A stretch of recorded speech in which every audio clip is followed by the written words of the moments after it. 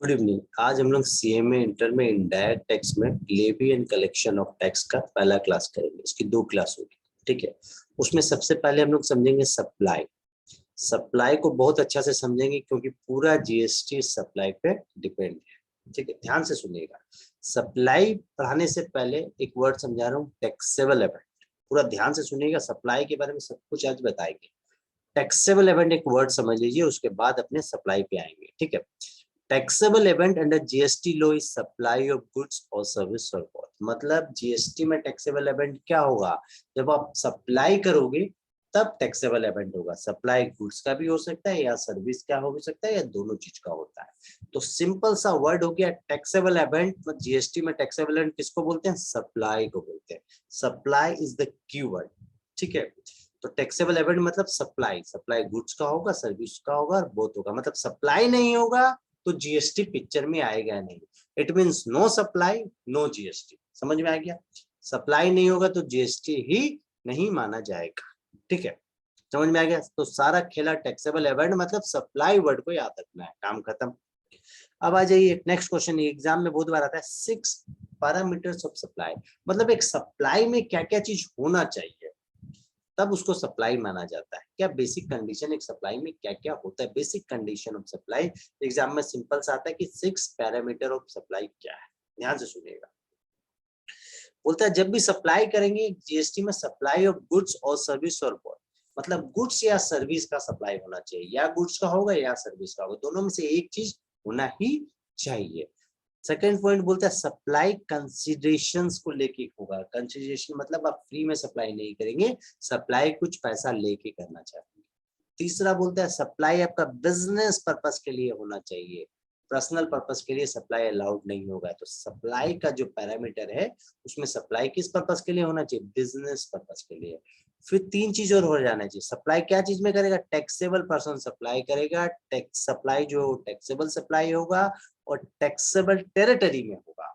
तो एग्जाम में आता है कि आप एक बेसिक 6 कंडीशन क्या है सप्लाई का, या 6 पैरामीटर ऑफ सप्लाई। आप नॉर्मली लॉजिक से बोलेंगे सप्लाई क्या चीज का करेंगे? गुड्स और सर्विस का करेंगे। सप्लाई के बदले हम पैसा लेंगे और सप्लाई बिजनेस पर्पस के लिए होना चाहिए, पर्सनल पर्पस के लिए नहीं। देखिए सप्लाई गुड्स और सर्विस का होगा, उसके लिए आप पैसा लेंगे और सप्लाई बिजनेस से रिलेटेड होना चाहिए, पर्सनल सप्लाई नहीं होना चाहिए। और टैक्सेबल पर्सन करेगा मतलब जो आदमी जीएसटी में रजिस्ट्रेशन किया है वही सप्लाई करेगा, तभी उसका टैक्सेबल सप्लाई माना जाएगा। टैक्सेबल सप्लाई होना चाहिए, टैक्सेबल पर्सन सप्लाई करेगा और टैक्सेबल सप्लाई करेगा मतलब जो आइटम है वो कवर होना चाहिए। तो टैक्सेबल सप्लाई और टैक्सेबल टेरिटरी। बस ये सिंपल सा नॉलेज के लिए जानिए 6 पैरामीटर मतलब बेसिक कंडीशंस क्या है सप्लाई का। अब ये जो है बहुत इंपॉर्टेंट है, स्कोप ऑफ सप्लाई। मतलब क्या चीज सप्लाई के अंदर आता है और क्या चीज सप्लाई के बाहर है। क्योंकि स्कोप ऑफ सप्लाई जीएसटी में बहुत माने बड़ा सेंस में बनाया गया है, मतलब ये इंक्लूसिव डेफिनेशन है। एग्जाम में डायरेक्टली क्वेश्चन आता है स्कोप ऑफ सप्लाई बताइए। तो दो चीज है इसमें लिए बहुत इंपॉर्टेंट है ये। सप्लाई में दो चीज है। सेक्शन 7(1) सेक्शन याद रहे तो ठीक, नहीं याद रहे तो ठीक। स्कोप ऑफ सप्लाई इंक्लूड्स है, ये आइटम सप्लाई का पार्ट बनता है, ये आइटम जितना दिया वो सप्लाई का पार्ट बनेगा। और एक्सक्लूड मतलब ये जो आइटम है आपका इस टेबल में वो सप्लाई का पार्ट नहीं बनेगा। सप्लाई का पार्ट नहीं बनेगा मतलब नेगेटिव लिस्ट का आइटम है। नेगेटिव लिस्ट मतलब सप्लाई का वो पार्ट नहीं है। जीएसटी में सीधा सा बात है, जीएसटी तभी लगेगा जब सप्लाई होगा, सप्लाई के अंदर कवर होगा। तो ये चीज सप्लाई के अंदर कवर होता है। ध्यान से सुनिएगा, इंक्लूसिव डेफिनेशन है, बहुत बड़ा डेफिनेशन जी। जो एक एक चीज को समझाएंगे, एक एक चीज पे एग्जांपल लेंगे, आपको समझ में आ जाएगा। देखिए all form of supply of goods and service such as sale, transfer, barter, exchange, licence, rental, lease और डिस्पोजेबल फॉर कंसिडरेशन। मतलब ये सेल ट्रांसफर जितना आइटम दिया उसमें आप पैसा लेंगे और वो बिजनेस पर्पस के लिए होगा, तभी उसको सप्लाई मानेंगे।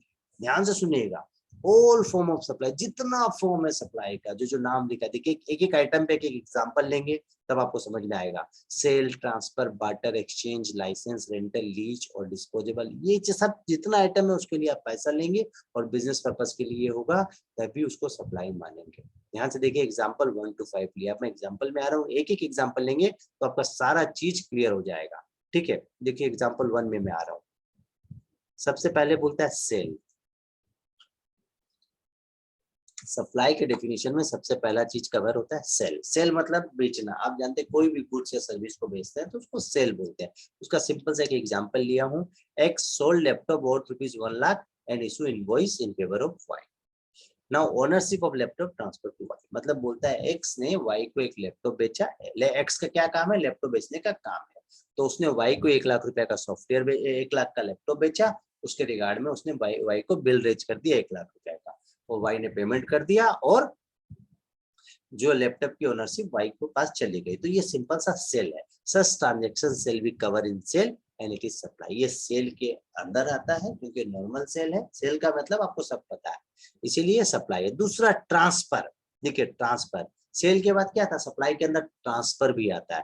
ट्रांसफर मतलब राइट ट्रांसफर करना, ओनरशिप नहीं देना। एग्जांपल, सपोज मेरे पास एक जेरोक्स मशीन है, मैं उसको किसी और को भाड़े में दे रहा हूँ। मतलब मैं अपना जेरोक्स मशीन मिस्टर ए को दे दिया, ए उससे जेरोक्स करके कुछ पैसा कमाया, मतलब सिर्फ हमको भाड़ा दे रहे हैं, हम ओनरशिप ट्रांसफर नहीं किए, उसको भाड़ा के लिए भाड़ा में अपना मशीन दे दिए। तो राइट ट्रांसफर कर दिए, मशीन को उसका राइट ट्रांसफर कर दिए। एग्जांपल देखिए आपको सब समझ में आ जाएगा। Mr. A is the owner of Xerox machine. He transferred the right to operate the Xerox machine to Mr. B for a consideration of 10,000 per month for 4 months. Here, ownership of the machine is not transferred, but the right to use the machine is transferred. It is called supply. मतलब transfer भी करेंगे तो supply का part हो जाएगा। आप ownership transfer नहीं कर रहे, सिर्फ मशीन को यूज करने का राइट ट्रांसफर कर रहे हैं, लेकिन उसके रिगार्ड में आप कंसिडरेशन लेंगे। दो चीज बोला गया है, ये सारा आइटम में आप कंसिडरेशन लेंगे और बिजनेस पर्पस के लिए होगा, तभी वो सप्लाई होगा। सप्लाई होगा तो जीएसटी के प्रीव्यू में आएगा और जीएसटी लगेगा। तो ट्रांसफर मतलब समझ में आया? राइट ऑफ ट्रांसफर मतलब सपोज हम मिस्टर ए जेरोक्स मशीन का ओनर है, उस मशीन को यूज करने का राइट मिस्टर बी के पास देता है। उसको मिस्टर बी 4 महीना यूज करेगा और 10,000 करके पर मंथ भाड़ा देगा। दो ओनरशिप यहाँ ट्रांसफर नहीं हो रहा है, मशीन को यूज करने का राइट ट्रांसफर हो रहा है, तभी भी ये सेल का प्रीव्यू में आ गया और सप्लाई में कवर हो जाएगा, क्योंकि सप्लाई में ट्रांसफर को भी कवर किया गया है। तीसरा देखिए, सप्लाई में एक चीज आता है कवर, बार्टर। बार्टर मतलब exchange of goods without payment. मतलब आप गुड्स को एक्सचेंज कर रहे हो, पेमेंट नहीं दे रहे हो। एग्जांपल देखिए, mister C a practising cost account provide service to mister A, ठीक है, dealer of laptop. In return mister A gives 2 laptop to mister C. मतलब सब ये मिस्टर सी कॉस्ट अकाउंटेंट है, कॉस्ट ऑडिट करता है मिस्टर ए का। मिस्टर सी मिस्टर ए का कॉस्ट ऑडिट करता है, तो मिस्टर ए को क्या करना चाहिए? मिस्टर सी को कॉस्ट ऑडिट फी देना चाहिए। मिस्टर ए उसको कॉस्ट ऑडिट फी नहीं देता है, बोलता है कॉस्ट ऑडिट फी के बदले आप मेरे से 2 लैपटॉप ले लीजिए। तो गवर्नमेंट बोलता है ठीक है, ये एक तो बार्टर हुआ, इस बार्टर को भी हम सप्लाई मान लेंगे और इस पे भी जीएसटी लगेगा। सिंपल सा सिस्टम है। बार्टर सिस्टम को आप यूज करेंगे, मतलब गुड्स को एक्सचेंज कर रहे, आदान प्रदान कर रहे, पैसा का इन्वॉल्वमेंट नहीं है, तभी भी हम उसको सेल मानेंगे। तो देखिए सेल में क्या क्या चीज कवर हो गया। ट्रांसफर में सेल, एक तो नॉर्मल सेल आएगा। ट्रांसफर भी कोई चीज करेंगे मतलब राइट ट्रांसफर करेंगे तो उसको भी डीम सेल मान लिया जाएगा और सप्लाई का पार्ट बन जाएगा। बार्टर, यदि कोई चीज बार्टर भी करते हैं तो उसको भी डीम सेल मान के सप्लाई का पार्ट मान लिया जाएगा। कोई चीज एक्सचेंज करते हैं तो उसको भी डीम सेल मान के सप्लाई का पार्ट मान लिया जाएगा। एक्सचेंज में क्या है? Mutually transfer the ownership of one thing for the ownership of another. Example देखिए क्या बोलता है, mister A is the dealer of new phone. Mister A का काम है टेलीफोन बेचना, ठीक है। इसके पास क्या होता है, मिस्टर बी आता है, बोलता है कि हमको एक तो टेलीफोन खरीदना है। तो मिस्टर ए बोलता है कि टेलीफोन का दाम 24,000 है, लेकिन तुम हमको सिर्फ 20,000 दो, प्लस अपना पुराना फोन भी एक्सचेंज में दे दो। तो इस केस में गवर्नमेंट बोलता है कि हम सप्लाई तो मानेंगे ही, प्लस आपका जो सेल वैल्यू होगा, जो मार्केट वैल्यू होगा नया फोन का, उसको मानेंगे। एग्जांपल को देखिए, मैं करा रहा हूँ, बहुत समझ में आएगा। पढ़ते हैं, देखिए। Mister is the dealer of new phone, he supply for ₹20,000 to mister B along with exchange of old phone, and if the price of the new phone without exchange is 20,000 and the open market value of the new phone is 24,000। मतलब देखिए, mister ए mister B को एक phone देता है, उस phone का market value 24,000 रुपया है, ठीक है। लेकिन मिस्टर ए मिस्टर बी से सिर्फ 20,000 रुपया लेता है और एक पुराना फोन भी लेता है। 4,000 के बदले क्या किया, उसका पुराना फोन एक्सचेंज में ले लिया। मतलब इस एक्सचेंज टर्म को भी सप्लाई मान लिया गया। मतलब 4,000 रुपया भी, ये तो 20,000 सप्लाई का पार्ट है, प्लस 4,000 भी सप्लाई का पार्ट हो गया। मतलब आप कोई चीज एक्सचेंज में ले रहे हो, उस अमाउंट, उसका जो कंसिडरेशन वैल्यू, उसको भी हम सप्लाई मान लेंगे। देखिए, mister A is liable to pay GST on rupees जितना, यहाँ जीएसटी कितना पे दिया जाएगा 24,000 पे, मतलब कोई चीज एक्सचेंज में जितना का वैल्यू था उसको भी सप्लाई मान लिया गया, मतलब एक्सचेंज के अंदर जो चीज आएगा वो भी सप्लाई का पार्ट है। अब लाइसेंस चीज को समझिए कि एग्जांपल क्यों ले रहे हैं, क्योंकि एग्जाम में डायरेक्टली क्वेश्चन आता है, इस पे एग्जाम पे आया हुआ क्वेश्चन। अब देखिए लाइसेंस मतलब 1% grant to another person a right to use immovable property, मतलब कोई भी इमोवेबल प्रॉपर्टी को यूज करने का राइट देता है, मूवेबल नहीं इनमूवेबल प्रॉपर्टी, लाइक सॉफ्टवेयर को आप यूज करने का राइट ले रहे हो, इसी को बोलते हैं लाइसेंस देना। ठीक है, mister A developer of information technology software and holder of licence, ठीक है, licence to use software was given to client, बोलता है क्लाइंट को सॉफ्टवेयर यूज करने का लाइसेंस दिया गया, उससे 18 लाख रुपए लिया गया, तो ये भी एक प्रकार का क्या है, सप्लाई है। Hence mister A is liable to pay GST whether the transfer of such right permanently, उस राइट वो परमानेंटली दे रहा है टेम्परेरी दे रहा है, उसको गवर्नमेंट से कोई मतलब नहीं है। आप कोई भी इमोवेबल प्रॉपर्टी को यूज करने का राइट देंगे, मतलब लाइसेंस दे रहे इमोवेबल प्रॉपर्टी को यूज करने का, वो भी आपका सप्लाई का पार्ट बन गया, डीम सप्लाइड हो गया, इसलिए इसको इंक्लूसिव डेफिनेशन बोलते हैं। और एक डिस्पोजेबल होता है, डिस्पोजेबल मतलब consideration for selling of asset when the organisation is about to close down, जब ऑर्गेनाइजेशन बंद हो जाता है उसका एसेट को बेचते हैं, उसके रिगार्ड में जो कंसिडरेशन रिजर्व होता है उसको भी सप्लाई का पार्ट बोलते हैं। ध्यान से सुनिए, ये सारा आइटम को एग्जांपल देके क्यों समझाए, क्योंकि याद रहेगा। तो ऑल फॉर्म ऑफ सब माने supply of goods and service include से, क्या क्या चीज इंक्लूड से, ध्यान से सुनिएगा, sale, transfer, barter, exchange, licence, rent, rent में कुछ दे रहे हैं तो भी कवर है, और लीज में दे रहे हैं तो भी कवर है, याद रखिएगा। याद रखिए ये सारा चीज सेल, ट्रांसफर, बार्टर जो चीज दी है उसके रिगार्ड में आपको पैसा मिलना चाहिए, प्लस वो बिजनेस पर्पज के लिए यूज होना चाहिए, पर्सनल पर्पज के लिए यूज नहीं होगा, तभी वो डीम सप्लाई माना जाएगा, मतलब सप्लाई में इंक्लूसिव है, मतलब डीम सप्लाई मान लिया जाएगा उसको। दूसरा है import of service for consideration, बोलता है कोई चीज को आप इंपोर्ट कर रहे हो, सर्विस है, गुड्स नहीं, एग्जाम में यही डायरेक्टली आता है, किसी ने गुड्स इंपोर्ट किया पैसा दे के, उसको सप्लाई माना जाएगा या नहीं, सप्लाई या देखिए गुड्स का होगा इंपोर्ट तो नहीं माना जाएगा, सर्विस का इंपोर्ट होगा उसके रिगार्ड में हम पैसा देंगे तभी उसको मानेंगे, कंसिडरेशन पे कर रहे हैं। देखिए इसका एग्जाम्पल ले रहे हैं, आपको समझ में आएगा। देखिए बोलता है इंपोर्ट मतलब downloading of a song for consideration for personal use by mister Sen, is it supply of service, मतलब क्या बोलता है, देखिए इंपोर्ट करेंगे सर्विस खत्म माना जाएगा। देखिए हम क्या कर रहे हैं, किसी फॉरेन सिंगर का गाना इंपोर्ट कर रहे हैं पर्सनल यूज के लिए, याद रखिएगा पर्सनल यूज के लिए हो या बिजनेस यूज के लिए, सर्विस को इंपोर्ट कर लिए हैं कंसिडरेशन देके तो सप्लाई हो जाएगा।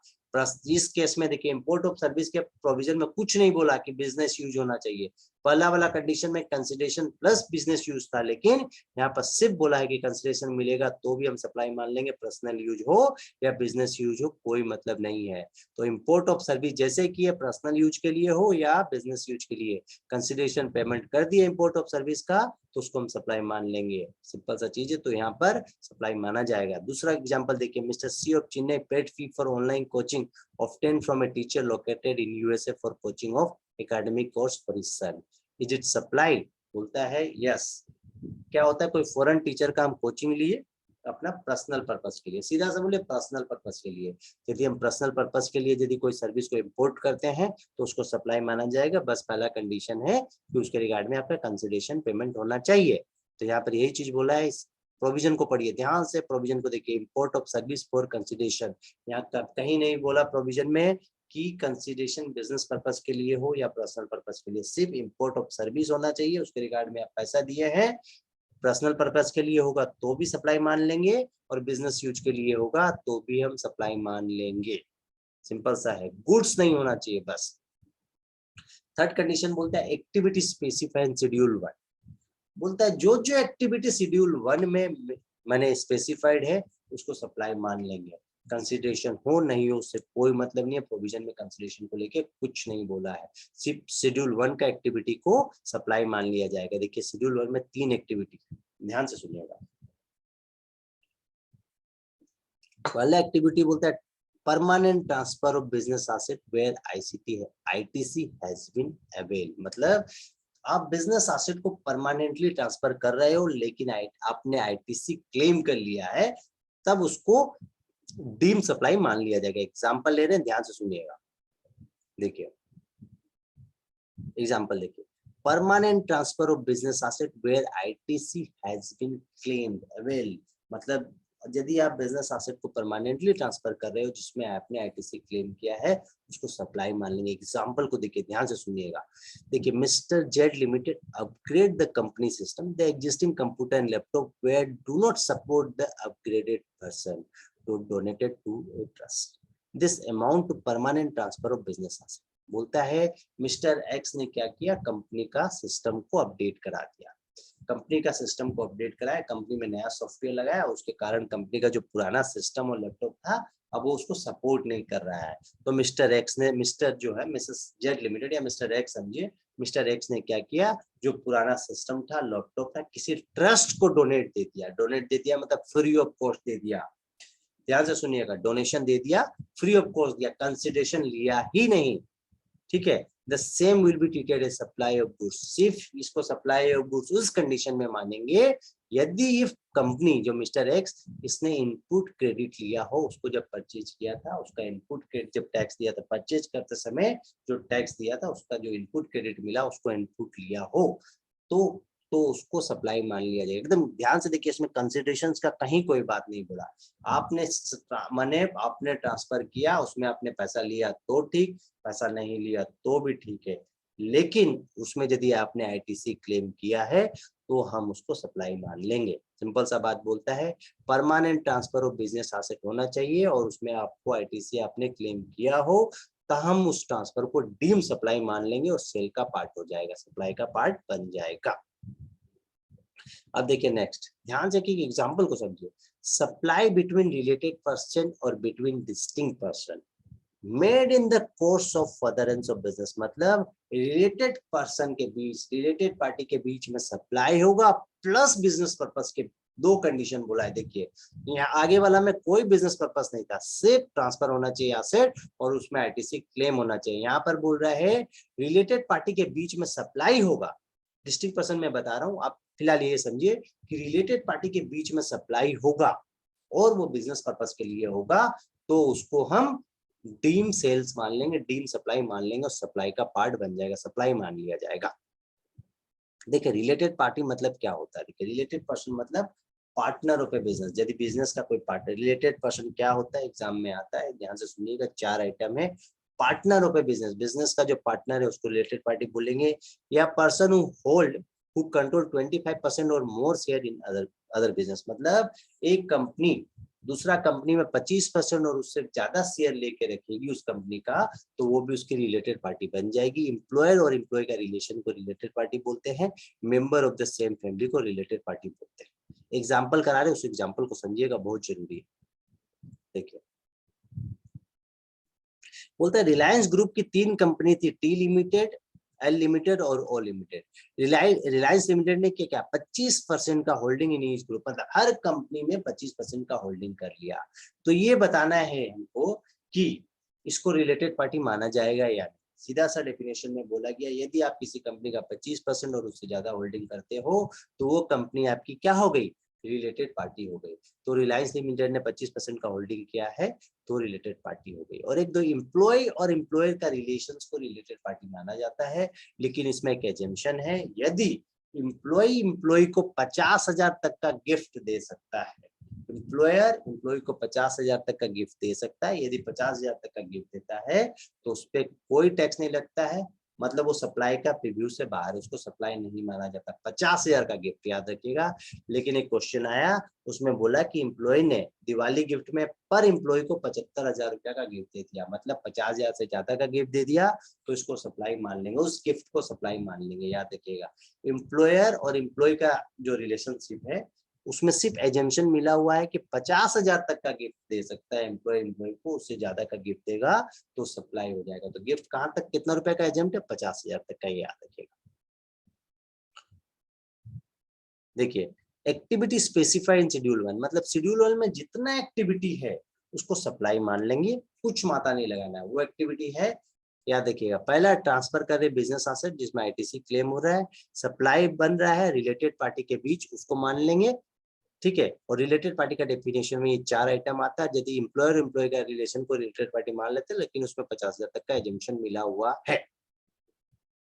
अब एक आता है डिस्टिंक्ट पर्सन के बीच में भी सप्लाई होगा तो उसको रिलेटेड पार्टी मान लेंगे। डिस्टिंक्ट पर्सन मतलब है person having one PAN and having business in different state. Suppose मेरा बिजनेस है कलकत्ता में, मैं सेम बिजनेस करता हूँ दिल्ली में भी, मुंबई में भी, गुजरात में, ठीक है। तो मैं अलग अलग स्टेट में जब बिजनेस करूंगा तो मेरे को उसी पेन में, मेरा जो पेन है, मेरा तो पेन एक ही है, तो मेरे को उसी पेन में 4 अलग अलग जीएसटी नंबर निकालना पड़ेगा हर स्टेट में, क्योंकि जीएसटी नंबर स्टेट वाइज मिलता है।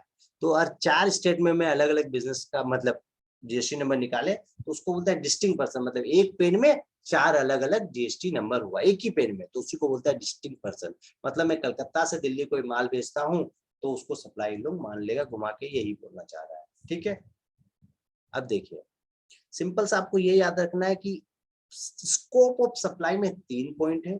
यहाँ पर ये इतना आइटम कवर है, से all form of supply cover है, इंपोर्ट ऑफ सर्विस कवर है, और एक्टिविटी माने एक्टिविटी शेड्यूल 1 में जितना एक्टिविटी है सबको सप्लाई मान लेगा, बस माथा नहीं लगाना, उसमें सोचना नहीं है।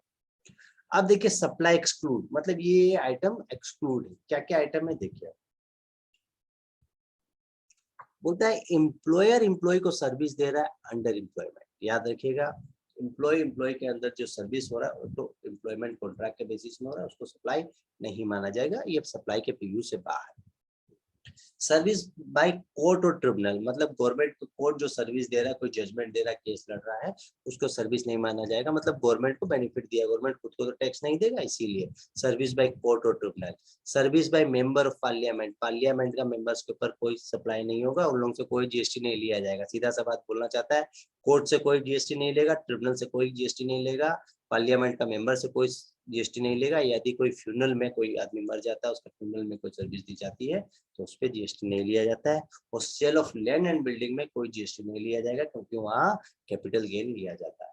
याद रखिए, ये जो आइटम है नेगेटिव लिस्ट का आइटम है। और actionable claim other than lottery, betting and gambling का यदि एक्शनेबल क्लेम होगा, अनसिक्योर्ड लोन का कोई क्लेम होगा, तो उसको नहीं कंसिडर किया जाएगा। तो इतना आइटम को याद रखना है, 1-2 आइटम भूल भी गए तो भी चलेगा। सिंपल सा नेगेटिव लिस्ट का आइटम क्या क्या है पूछता है, एक्टिविटी स्पेसिफाइड इन शेड्यूल क्या है, उसका नाम बताइए। कम से कम 4 से 5 आइटम का आपको नाम याद रखना है। सिर्फ ऐसे याद रखना है, एम्प्लॉयर और एम्प्लॉय का सर्विस को नहीं माना जाता है सप्लाई, कोर्ट का सर्विस को सप्लाई नहीं मानते, ट्रिब्यूनल का सर्विस को सप्लाई नहीं मानते हैं, फ्यूनरल में जो सर्विस दी जाती है उसको नहीं माना जाता है, और sale of land and building का सब सेल को नहीं माना जाता है। बस इतना ही काफी है आपका। ये सेल का डेफिनेशन बहुत इंपॉर्टेंट है, ध्यान से सुनिएगा, उसकी दूसरी क्लास कल करेंगे।